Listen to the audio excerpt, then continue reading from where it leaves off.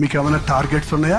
ఏమైనా గురి ఉందా? ఈ సంవత్సరంలో పాస్ అవ్వాలి అని ఏమైనా ఆశ ఉందా? ఈ సంవత్సరంలో ఉద్యోగం ఎలాగైనా రావాలి అని ఆశ ఉందా? ఈ సంవత్సరం మా పెళ్లి అవ్వాలి అని ఆశ ఉందా? వద్దు బాబాయ్ అంటారా? కొన్ని తర్వాత చేసుకోండి, తొందరలేదు.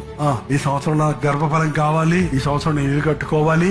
నీకున్న ఆలోచనలన్నీ ఇంతింతే ఉన్నాయండి. దేవుడి ఆలోచనలు ఉన్నది తెలుసా?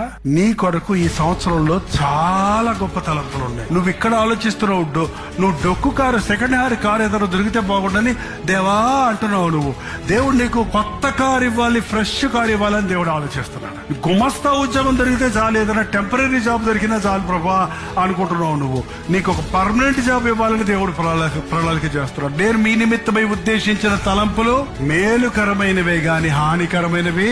డిమోషన్స్ లేవండి దేవుని దగ్గర, అన్ని ప్రమోషన్సే. Promotion cometh from above. హెచ్చు కలుగుట పై నుండి వచ్చును. నీ జీవితంలో అన్ని విషయాల్లో వర్ధిల్లాలి.